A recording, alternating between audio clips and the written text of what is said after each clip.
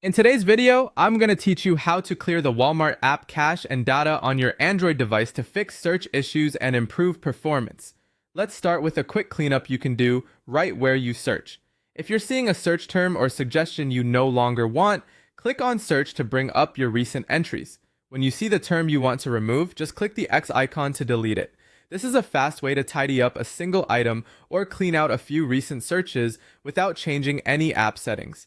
It won't affect your account or any saved preferences. It simply removes the visible search entry so your results look cleaner and more relevant. If you'd rather do a deeper refresh because the app feels slow, glitchy, or stuck, or if search results aren't loading correctly, you can clear the app's temporary files from your phone settings. Or just go to settings on your Android device to access system controls that affect all apps.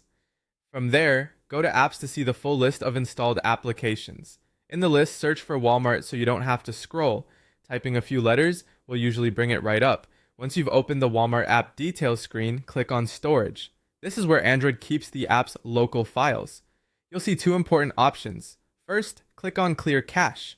This removes temporary data the app builds up over time, which is safe to delete and often resolves issues like slow loading, search glitches, or images not appearing. It won't log you out or remove your preferences. If clearing the cache isn't enough, you can go one step further and click on Clear Data. This resets the app to its original state on your device, as if it were freshly installed. Use this when problems persist after clearing the cache, or when the app keeps crashing. Keep in mind that clearing data will sign you out and remove locally stored settings and downloads for the app. Your account and orders are still safe on the server, but you'll need to sign back in and set your preferences again the next time you open the app. Your phone may ask you to confirm.